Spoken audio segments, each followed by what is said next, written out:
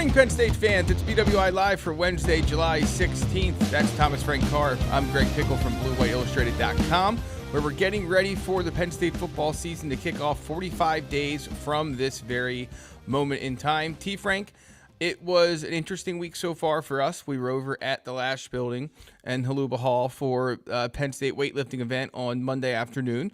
There's some preview content out and about in the great wide world of the internet that has opinions on coach rankings, and we're going to get into where Penn State leader James Franklin is in those in a bit. And we have some personnel stuff that you wrote about recently at Blue White Illustrated to talk about, and who knows what else might pop up along the way. So happy Wednesday to you. Happy 45 days until Nevada. I took a small tour outside the perimeter of the Beaver Stadium construction site, and they're in good shape, but they got work to do still, of course, before kickoff. There's no doubt about that. Yeah, I haven't been over there. Obviously, whenever we're over there, you take a look at it as you pass by, but I know that the availability of seating and the ability to get to where they want to be to start the year has been, everyone's been wringing their hands over it. So, I don't know. How do you tell? How do you tell something's ready or close to ready or on schedule when, from I don't even know how some of the people who are working on it would know. Fair. It's such a big project. Like, how do you know you're on schedule? How do you know you're going to be ready in 45 days or whatever? It's just like, that is such a massive thing that my brain does not wrap around it correctly. Yeah, it was interesting. I remember Pat Kraft talking about this. I believe it was back in February, his most recent availability, when he was asked not so much about the fall. It was a little bit about the fall, but it was mostly about the blue-white game. And he kind of laughed and made more or less said that they had a lot to do to get ready just for that. Well, they have, of course, a lot to do still to get ready for the season. But yeah, you're right. It's a massive project, and you're starting it and then stopping it over the course of a number of years. So yeah, a lot of people more intelligent than certainly me. I won't throw you into that category, T. Frank, but certainly me have to figure those things out. So best of luck to them as they get ready for Nevada, because certainly that is a deadline Penn State and its fan base and its team cannot miss. Yeah, Nevada's fine. It's got to make sure it's all systems go for Oregon. Right. I think that people would be annoyed for Nevada. They would be like, there would obviously be the outrage of like, my seat's not available. You want me to sit on what?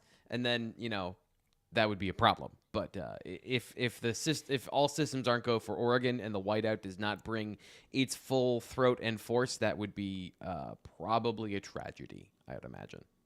Be a big problem for Penn State for a whole bunch of different reasons. Yeah, so, we will just go work under the assumption that all is going to be fine, both for Nevada and for Oregon. And if all else fails, I think everyone will be thankful for that bye week in September.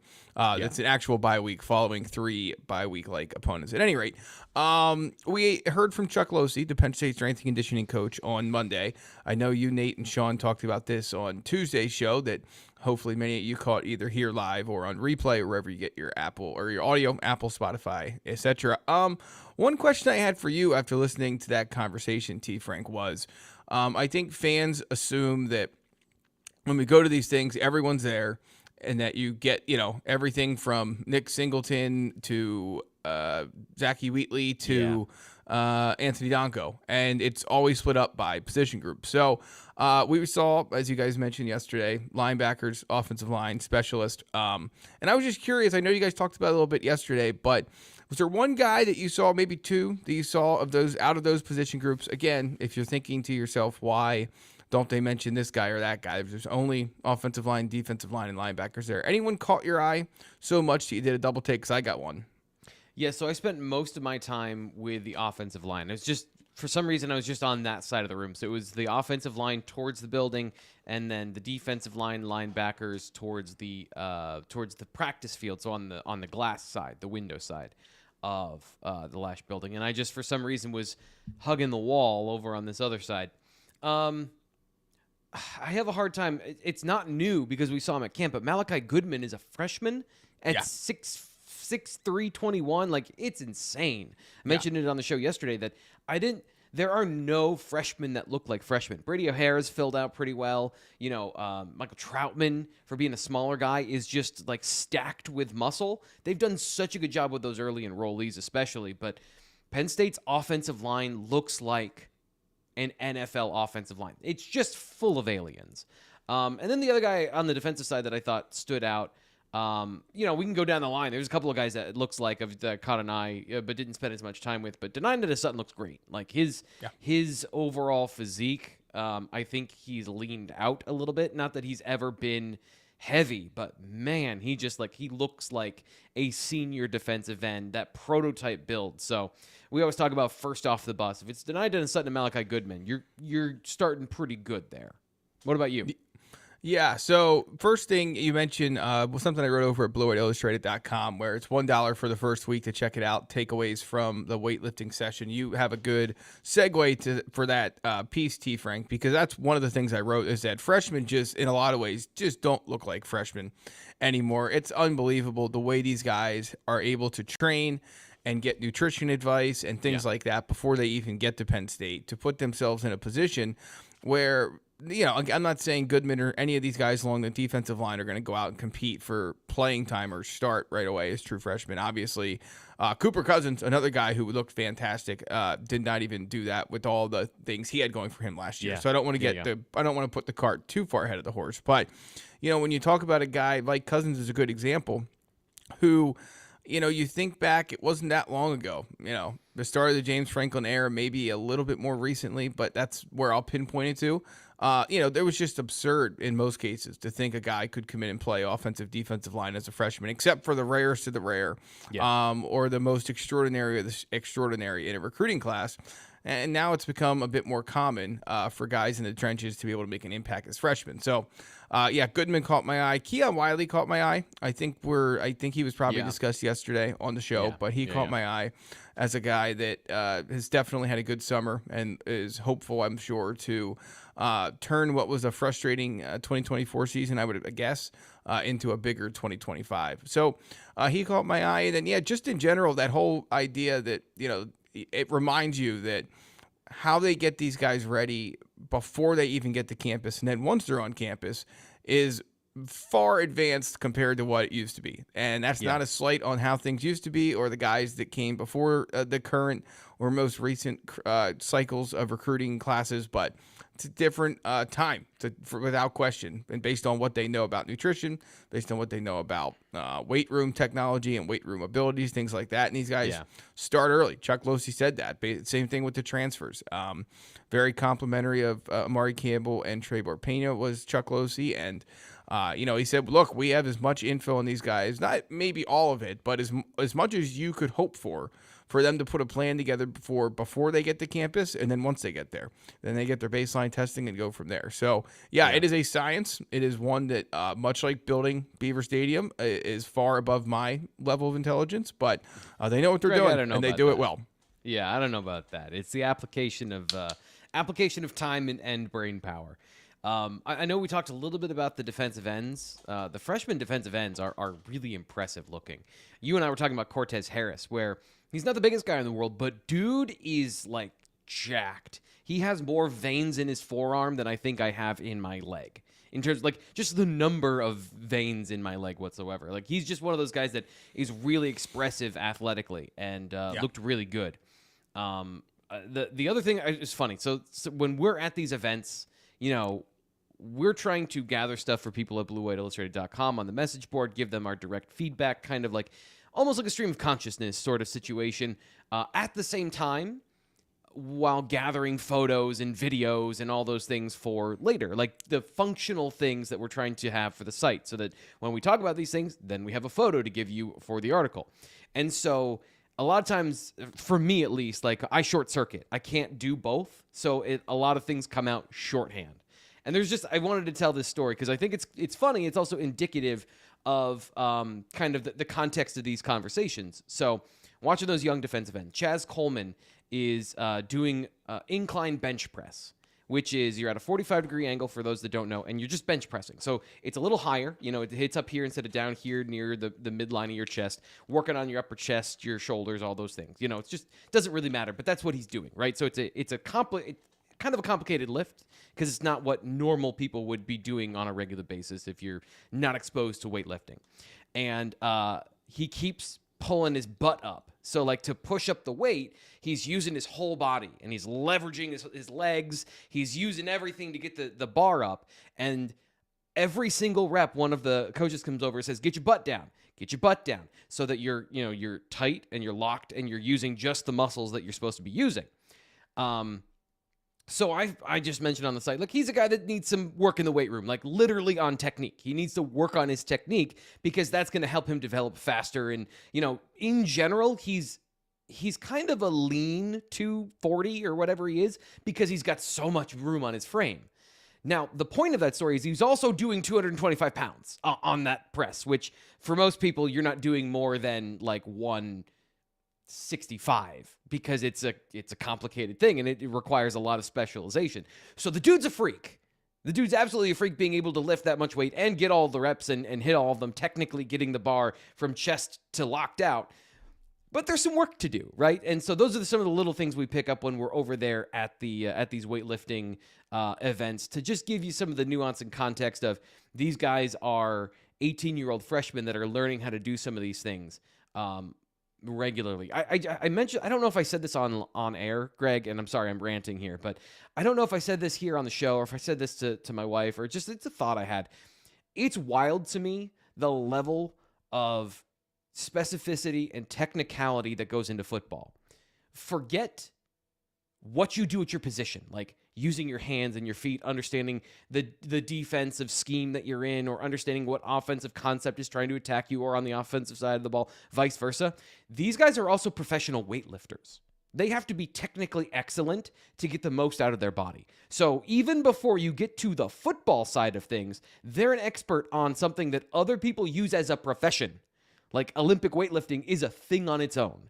And they're doing, not Olympic weightlifting all the time or all of the advanced things or trying to go for as much weight as possible. So they're not like the elite of the elite there, but they're also experts at it. And then they play football. It's just crazy the amount of preparation and time and focus and dedication it takes to go into being the best athlete possible, let alone the nutrition side, which is also its own separate science. Greg, you're muted there, bud. It's just one of those mornings, T. Frank. An impressive nutrition setup that Penn State has now. It's actually, we got to walk past it. They don't publicize it much, but we'll keep that, we'll keep that way for them. But it is definitely an impressive setup that they have there for the players nutrition-wise. Ryan said in the chat, any DTs that were you impressed by other than Zane Durant? So again, I don't want to belabor this because I'm sure it was discussed. I know it was a little bit yesterday, but Randy Adarica falls into that category of guys that does not look like a freshman, even though he is a freshman. So he's a guy that, got some positive reviews this spring, and we'll see what that translates into during preseason camp. Biggest thing to me, T. Frank, is that Alonzo Ford was there doing stuff. Like, it's not about what he looks like. It's not about if he impressed with how much he lifted or anything like that. It was that he was there doing it. Because as we talked about previously on this Wednesday edition of the live show, and as you guys have discussed both on different shows here on the channel and at BlueWhiteIllustrated.com, they need him. They need him back healthy, ready to roll from the start. And so, certainly, without question, just seeing him there was a positive sign for me. Even though I knew he was supposed to be there and knew where he was at recovery-wise, sometimes just seeing is believing. And I thought that was a good sign. Yeah, and that process is going to continue. I don't think the player that we see at the beginning of the season is going to be the player that we see at midseason and beyond if all goes according to plan, because this is what I've been trying to say all offseason. I know that what you said is it's important that he's there, and I think that's absolutely right. But there's a lot of development physically that happens in the offseason, and there's a lot of maintaining. Guys aren't supposed to, like, humans are not naturally 330 pounds. Even the biggest, very few people on the planet are naturally 330 pounds. You have to work at that. That's the whole point of the weightlifting and the sports science and all those things. So he's going to, the more he gets comfortable, the more he's in the weight room, the more he does these things, the better he's going to perform on the field. And this is kind of that lag of he's going to be available. But I do think, like, just expectations for what he's going to be from a raw performance standpoint, just have some grace there, because I think that that's something he's going to get literally his legs back underneath him and be a better football player in October than he was to start the year. I couldn't agree with you more, T. Frank, and I think that once Penn State fans see that best version of him, they're going to be pretty happy about it. But we're going to talk about a lot on today's edition of the BWI Live Show. That was the first part. We're going to get into whether or not if you buy a ticket to come see a Penn State game, if James Franklin is a top 5 head coach that you get to see when you come. T. Frank, if I wanted to do that, where am I buying tickets from? Well, I wouldn't go any further than Tixman Jim. That is, if you've been looking for a reliable source of Penn State football tickets, like Greg just asked me, Jim at TixmanJim.com, formerly PSUTixman.com, has been running his ticket exchange in Wilmington, Delaware, for over 25 years. Every buyer is handled with courtesy, respect, and every ticket purchased is guaranteed. Proceeds are used to fund the PSU AA Chapter Scholarship Fund and the PSU Levi Lamb Fund for athletic scholarships. So get your 2025 season tickets now. The Whiteout, Nevada, Villanova, doesn't matter. You want to go see the stadium? I think this is really cool. So, like I mentioned this for the blue-white game, you're never going to see Beaver Stadium in this iteration ever again. Right. You know, like you saw Beaver Stadium under construction. I was able to see all of campus because the press box was down, right? When we were at the whiteout, the blue-white game, excuse me. Yeah, much different. That was much different than a whiteout, yes. Yeah, very different than whiteout. Slightly smaller crowd. You're going to see a slice of history this year, and of course next year and until this is completed, but it's only going to be a brief window where you're going to get to experience this. Now, for some people, that's going to be a grumpy thing of like, well, it's inconvenient, and I understand that, but just appreciate where you are, that you get to see something unique in history, and it's not awful. Feels like whenever we point out the most unique things or living through things in history, it's always a bad thing. This is kind of a cool thing. So Get your season tickets now, TixmanJim.com, or email Jim at TixmanJim@gmail.com. I'll have something for everyone on the YouTube side here in a couple of days to make sure that you have that on the screen as well. I've been fighting with the new software all of yesterday and today, and so I haven't had a chance to get that done. But appreciate We're gonna get there. Appreciate Jim for being a sponsor here on the show again. Yes, and I appreciate Jim as well. Let's get into this conversation that is the title of today's show, and it goes based off of the story that was posted on ESPN.com by Bill Connelly, big data guy. His SP Plus rankings, I'm sure everyone is familiar with. If not, you can check those out over at ESPN. But I guess it was maybe 2 months ago, ESPN's college football team of reporters made a panel up and voted on the top coaches in college football. And so Connolly's idea was to use his data from the SP Plus rankings to rank those coaches based on, I think the best way to describe this, T. Frank, is if you look at that list, a lot of times you'll look at it and say, well, okay, like that guy is number 1 because he won a national title most recently, or that guy is number 2 because he's won 2 out of the last 3, what have you. But at the same time, I think Connolly's idea was, it kind of goes hand in hand, like, okay, yes, the best coaches work for the places with the most money and the best, and they attract the best talent, and that's why they win. So his idea was to put this list of coaches together, active coaches, based on trying to do perception, expectation, and reality of the outcome and of the results. And on that list, James Franklin checked in at number 4. He was behind. If I can use the new technology to find this pretty graphic here, maybe it's lost. I'm not sure. There it is. We got it. All right. So top active coaches, according to ESPN's Bill Connelly, were Ryan Day, of course, Ohio State. Josh Heupel from Tennessee at number 2, which I think surprised even Connelly when his data spit that out. Kirby Smart from Georgia, number 3. You have James Franklin, number 4. Dabo Swinney at 5. Dan Mullen, 6. Lane Kiffin, 7. And Brian Kelly at number 8. I'll leave it up on the screen for those of you on YouTube. But yeah, it was an interesting way of going about this. I thought it was a thoughtful way of doing it. I don't know if it's perfect. The no way of doing this is perfect. A bunch of people's opinions aren't either. So what was your initial reaction, T. Frank? Yeah, it's valuing that consistency that we talk about here, and James Franklin talks about as well, the consistency of winning 10 games a year, the baseline of where Penn State was previously. I think Penn State was a little bit more volatile in the early 2000s. Of course, they had some magical runs, 10-win seasons, big moments for the program, but, you know, there were dips and valleys as well. And then so when you talk about the baseline, and if you include, by the way, James Franklin's work at Vanderbilt, where he far outpaced Vanderbilt's historic averages. That's kind of the conversation here of what's the winning percentage before you got there, the baseline expectation, and then how do you win compared to that. And so that's where James Franklin gets a lot of credit, is the consistency. Now, of course, it does not care about the big game James narrative. It doesn't care about the titles like you talked about, all those other things that I think shape the narrative and perception of James Franklin's time at Penn State, where you only highlight 1 or 2 games a year and you discredit the fact that James Franklin's, other than COVID, has had how many 9-win seasons? I think one 9-win season, 2 9-win seasons in the last 10 years, and that's never going below 500 with sanctions to begin his career. That's what this is emphasizing. As you mentioned, I do think that's incomplete.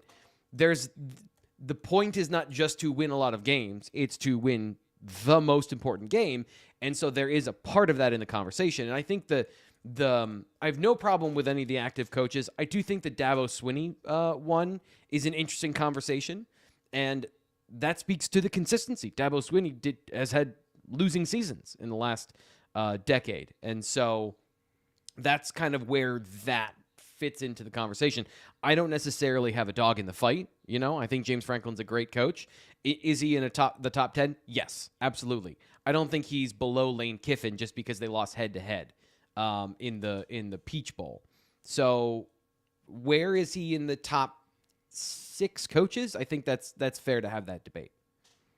Yeah, I completely agree. I want to point him out in the chat. Z-Man brought it up. DeMarcus Freeman should be on there. So if you go read the story, and I should drop the link in the chat. I'll do that here at some point. But so he split up his coaches list based on how long. So his most I'm trying to pull it up so I don't misquote his article, and then you all look at it later and say, well, you were wrong. But he split up coaches with more than looks like more than 5 or 6 years. So obviously Marcus Freeman just starting out, not a whole bunch of data on there. But again, I think to Steven's point, so Z-Man, that's why though this list has that caveat going on. Pulled, from the graphic, what we pulled is minimum 4 years as an active head coach. Right. So, and that's why, Steven said odd results and proves you can come up with any list given the data you torture. And I think that's what Connelly's response was to, right? Like the group of reporters that ESPN polled that came up with James Franklin number 8 on their list in May, each used their own data points to come up with their own list. And I'm sure, as T. Frank noted, a lot of them weighed more heavily, as everybody in the chat is, James Franklin's record versus the Ohio States and Michigans and Oregons and now Notre Dame's of the world, as opposed to this data process, which was just looking at the overall picture of things, not weighting one game necessarily more than the other. So it's an interesting conversation. And it leads to the one that, again, we started the show with, which is that is he a top 5 coach right now in college football? I think if you look at a lot of rankings, he'd be somewhere between 8 and 10. I think that it's an interesting conversation because it depends what you value. And I thought you said it perfectly, T. Frank. The winning is awesome. So outside of he was 4-5 in the COVID year that we toss aside, 7-6 then in the most forgettable 2021 season that may have ever existed. That season is like so hard to remember, quite frankly. It just feels like a blur. But then you have 11-2 in 22, 10-3 in 23, and obviously 13-3 in 2024. So the winning has been done, not just recently, but over the course of his tenure. But those big games are the ones you're judged by, and it's how you guarantee yourself a spot in that top 5. And whether or not he's there now, again, it's a matter of perception. This data says yes. A lot of other opinions say not quite on the cusp of it, perhaps. And I can't argue either way, quite frankly. So this in the chat from JM, and by the way, if you don't think James Franklin is the 4th best active coach in college football, I don't necessarily care, but the points. I do want to adjudicate some of these for fairness. Racking up wins versus Bowling Green and Florida International is not impressive. Every coach plays Florida International and Bowling Green. And I just keep pointing to Dabo Swinney as a guy who's won a national championship, ranked below James Franklin. Clemson played I think this is their 24-25 schedule. They played App State. That's Bowling Green. They also played the Citadel.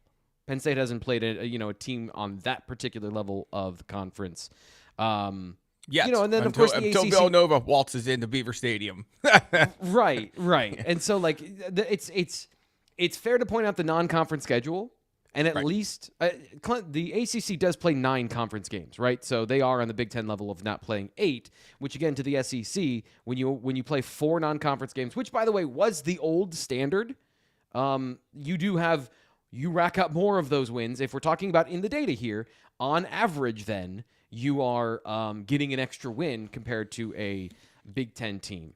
I also do think that the high floor, and this is, if you want to look at it this way, I think that's, at this point, there's no contrary data. James Franklin is a good coach, not more than that. He says high floor, but limited ceiling is the one I was looking for. So, sure. And I guess that's the point is Dabo has had seasons where they've had losing records. They've lost to Pitt. This is the point that Nate has brought up on the show multiple times. Penn State has not lost to Maryland in a surprise game the way USC has. Penn State has not lost to Purdue the way Ohio State has in the past.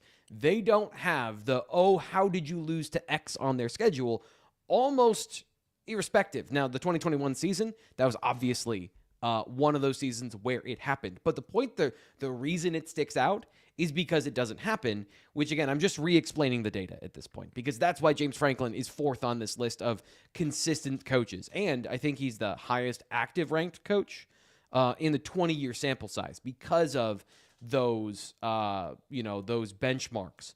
And if you ask certain people, the point is to win a championship. So if you've won a championship, I kind of agree with that. Like James Franklin, there has to be, if you won a championship and you're an active coach, you should be ranked ahead of James Franklin until that is solved, especially if you have institutional success beyond maybe a couple of down years. Right. However, we can't discredit then the consistency, because the point is get yourself into the postseason conversation, and then anything can happen. Win a certain number of games, be in the conversation. This is how it works now in a 12-team playoff.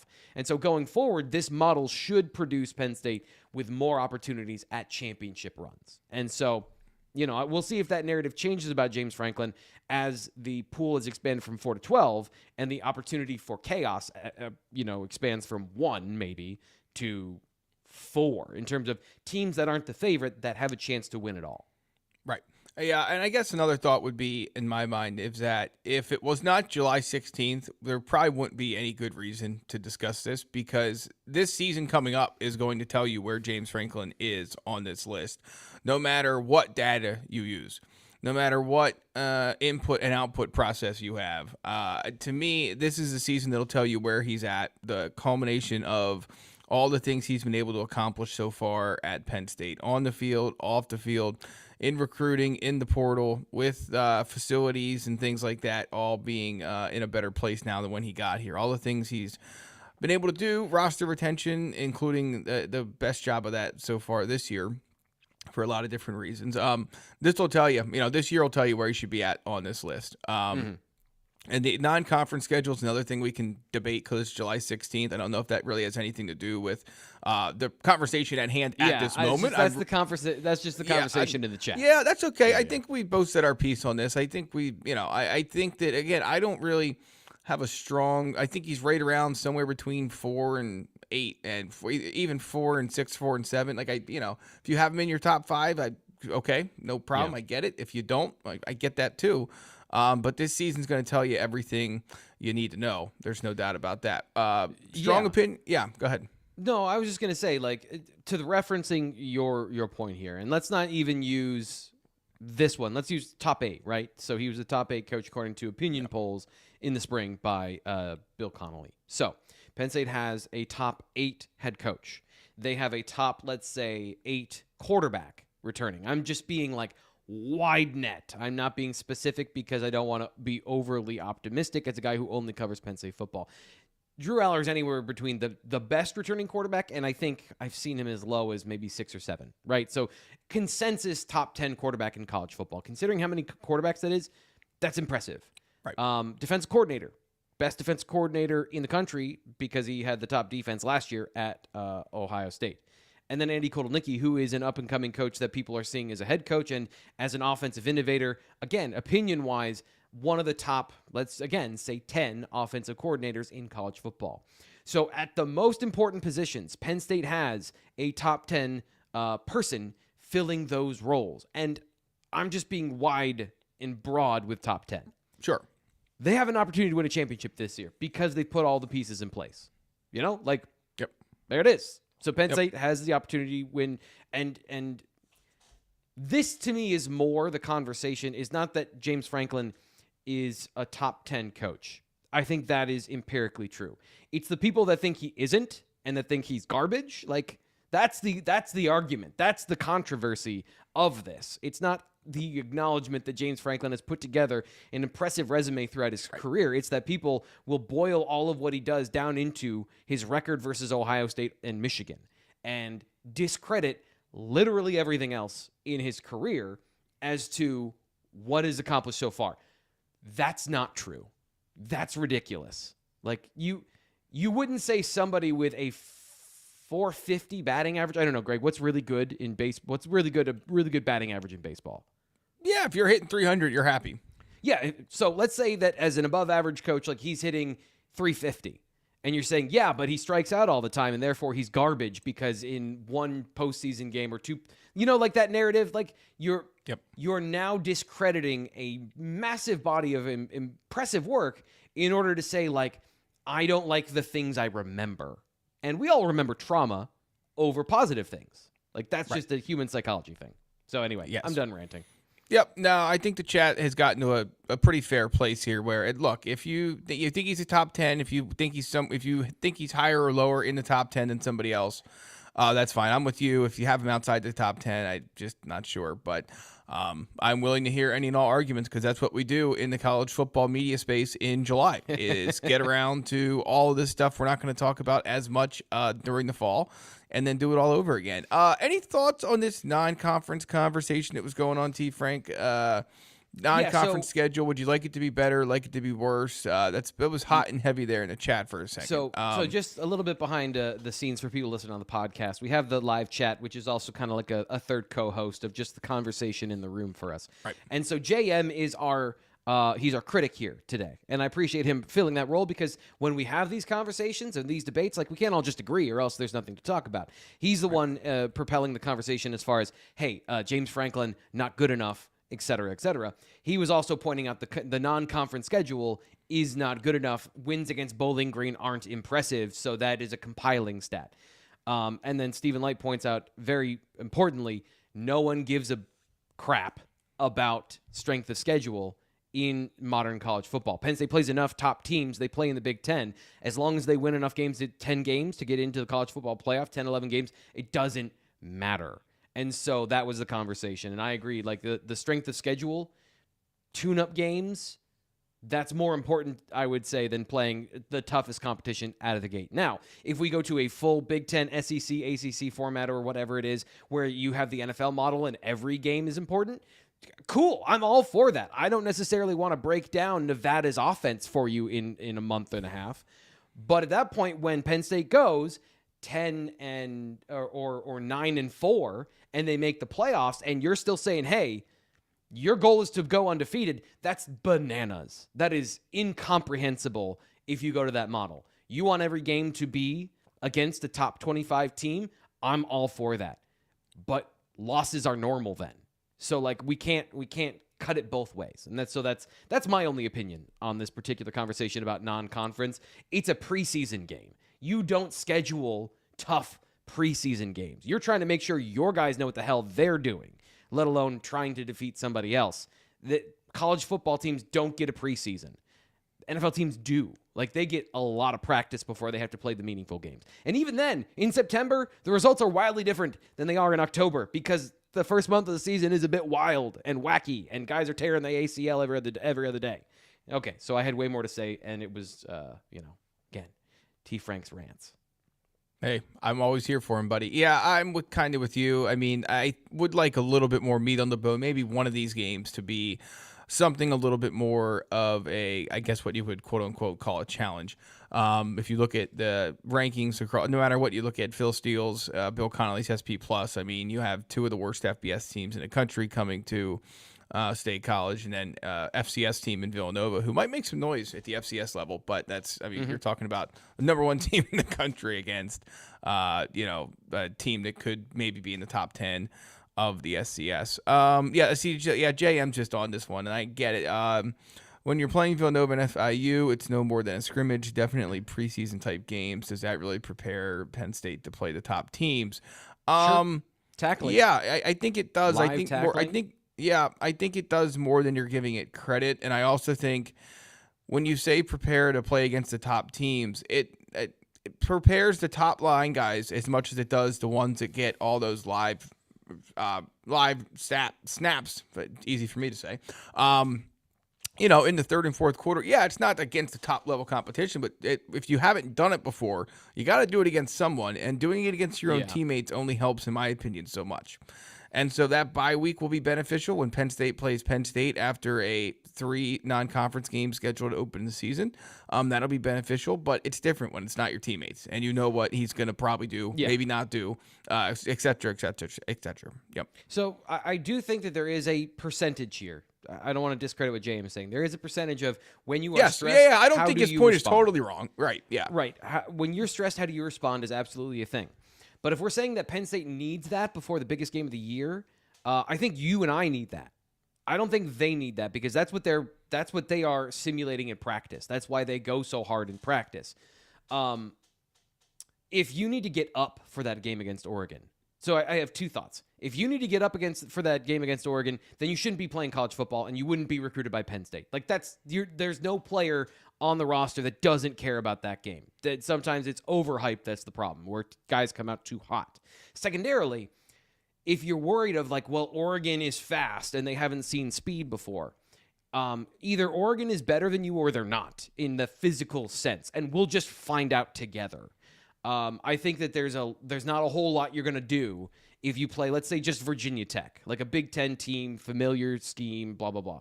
You're playing Virginia Tech in the first 3 games of the season. They're still not going to prepare you for what Oregon has from a speed or a size perspective. It's just It's just not like when you're playing the 1%. You're playing the 1%, and there's nothing that's going to get you ready for that other than either you're in that 1% or you're not. And I don't normally believe in these binary situations and perspectives, but here I kind of do. There's nothing that's going to prepare you for Ohio State other than playing Ohio State historically and being as good as them. Yes, and so I do absolutely agree with JM that yes, could there be some more meat on the bone, 100%, but I don't think it would be such a differentiator that it's sometimes made out to be, I guess is where I settle on it more, the simplest way to put it. But we are running behind on this edition of the BWI live show, but we do appreciate the reason because you're giving us such great questions in the chat. So thank you for being along with us today. But I do want to move us forward to another topic we had on today's rundown, which was T. Frank's look last Friday at Penn State's offense. Some of the personnel packages it used and could use used a year ago and could use moving forward, and what all that may mean when it comes to replacing Tyler Warren. T. Frank, take it away. So I started out with that exact point of how does Penn State redistribute the snaps for Tyler Warren into 3 players? How does it get 3 tight ends on the field enough, given that Andrew Rappelier is coming back from injury? Luke Reynolds was really impressive as a freshman and is going to be entrenched, I think, as a fixture in the offense. And then, of course, you got Khalil Dinkins leading the show. So I started by looking at Tyler Warren's total snaps and then his percentage of the tight end snaps. And then I got very quickly to the point that he had 915 snaps, which is one of the top in the offense last year. And it's never just that. It's never just the first questions. It always gets deeper. And unfortunately, that's just how my brain works. Now I have to answer the root question is, do they want to? Like, how effective were they with 2 tight ends on the field last year? Because James Franklin has talked about a bunch of different times when we ask him these questions. It's not just about the second tight end battling with his teammate at his position. It's the third receiver. It's the second running back. Those are the decisions that they need to determine in training camp as to who's worthy for all those snaps. So then it led me down the rabbit hole of, so how effective were they with what they did last year? Because Tyler Warren dominated the snaps.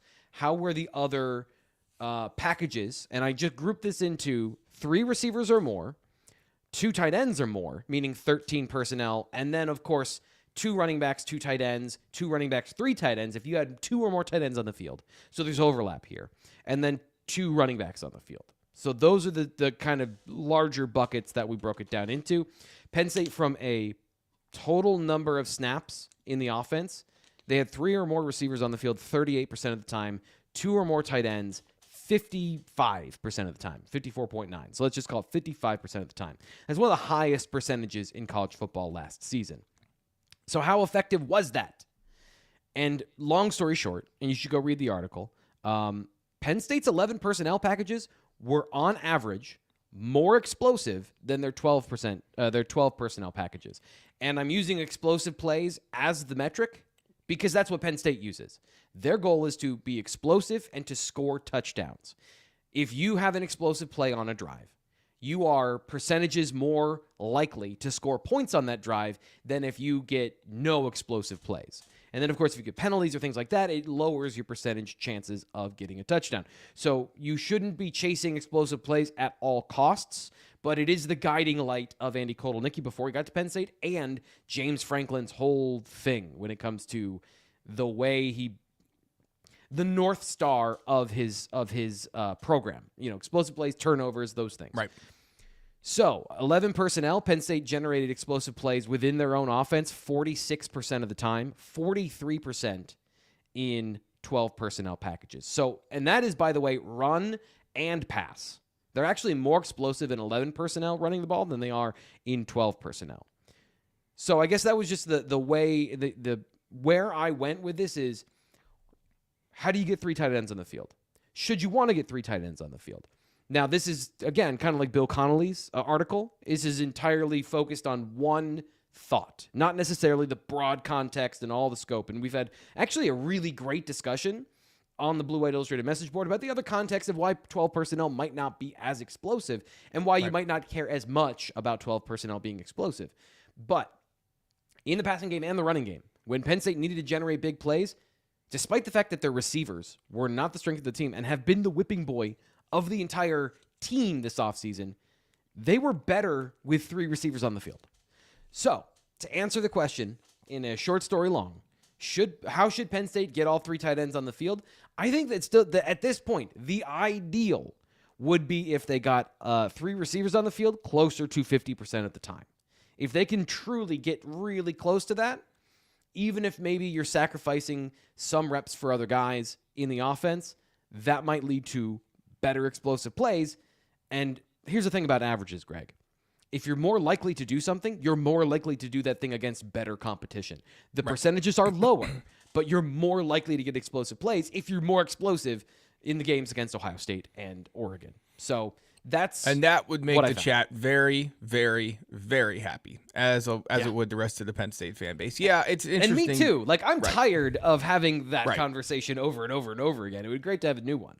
Right. Yes. Certainly when it comes to the receivers, it's actually interesting on Thursday. So tomorrow, I believe it's Missouri and Bo Prabula will be up at SEC Media Days. Curious to hear what that conversation entails. But then next week, same day that Penn State will, I think Trey, help me out here, T. Frank. The other transfer receiver whose name is just not coming to me at the moment, Trey Wallace. I think that team already came up at SEC Media Days. But anyway, next week, the same day that Penn State's at Big Ten Media Days, Washington will be there. Curious to find out how Amari Evans is doing so far during his time out there. But yeah, ultimately to me, it comes down to this. Whether they go with more of a focus on, well, we know they're going to focus on the running backs, but whether they have more of a focus on those guys, whether it's more 3 tight ends, whether it's more 3 receivers, what I am confident in is that Andy Kotelnicki, is going to pull some things out of his hat or toolbox, whatever you want to call it, that maybe you haven't seen coming. In his hat. That he could. I wouldn't doubt it. I would not doubt it. That no one has seen coming, that no one thought about before. And he has enough talent to work with that, there was a question on the message board about how Penn State overcomes losing Tyler Warren. I just can't stress enough that no one talked about Tyler Warren at this time last year the way he's talked about now.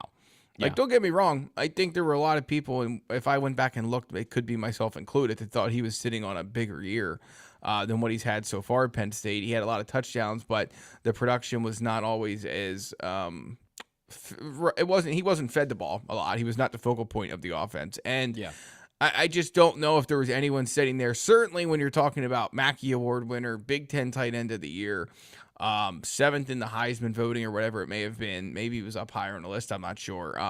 Unanimous All-American. Like, I just think people forget that was not the way he was being looked at. I mean, look, I'm sure he was viewing himself that way, but in general, and maybe internally, right? Sure. Like, but we didn't have this. Well, yeah, idea. Andy Great Kotelnicki point. has said as much, but it's one thing to do it in preseason camp when you've seen the guy in 15 spring practices plus a couple more, and it's another that once you see it on the field, you do realize just how effective it can be and how hard it can be for teams to stop it even when they know it's coming. So, point being is that don't forget Penn State will have one of those guys this year that they are building this thing around or building some of it around. And if it leads to explosive plays like Tyler Warren had, T. Frank, Penn State fans will be very excited about that. Yeah, and so there's two parts of this that I think are important. And the first is that the perception of Tyler Warren is built on his usage. His usage is built on the offensive coordinator's decisions.